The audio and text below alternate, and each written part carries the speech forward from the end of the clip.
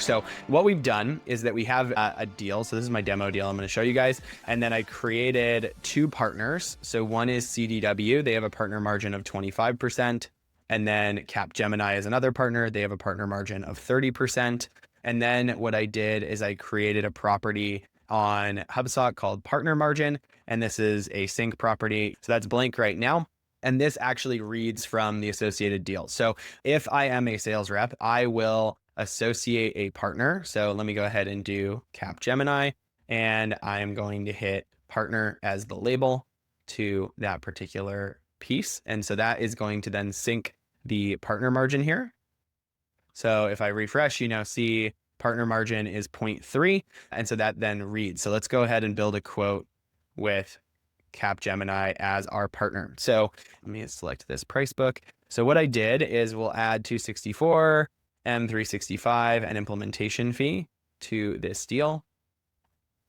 And what is going to happen is that we are going to see the prices are all being multiplied by, here is the value. List price is 1 because we just multiply that in order, I sort of put this in, I'll show you what that looks like. And we're doing 200 is the list price, and we're going to multiply that times 200 times the partner margin. We're just going to, I actually should have added that. So this formula is wrong. This formula is right. So the average M365 license is $1.6. We then add that to a markup. So we add the 30% markup. That makes our list price for this, or our net price and unit price, being $2.08. And then we can just increase the quantity. So let's say they want to buy 500 of these. We're then going to update that, and now we're saying that that line item is $1,000, and then same thing for any of these other products or line items. So the partner margin is applied. The sales rep can see what's the value that we charge, and then what's that markup that we're adding on top. And so each one of these products are here, and that's 30%. So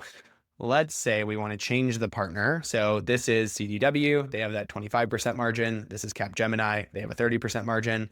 Let's go ahead and remove Capgemini. And what we'll see on a refresh here is that our partner margin is now blank because there is no associated partner. And let's go ahead and add CDW as a partner. And so now we see that that partner margin is 0.25. And so if we go and add the exact same products again here,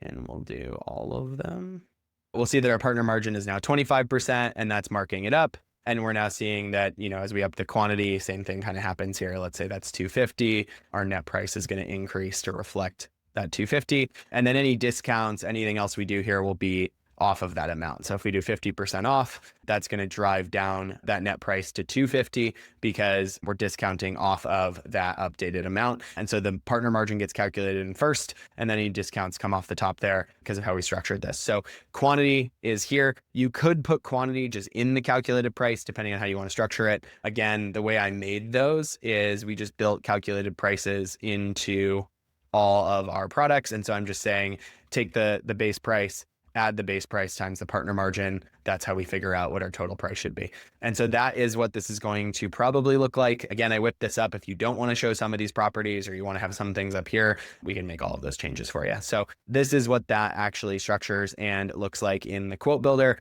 And then when you show this to your customer on the quote, again, you can either show them only that total price and not show any of these details, or if you want to display the partner margin, you could. I'm assuming you don't want to, but however you guys want to do it. And that is how this will work.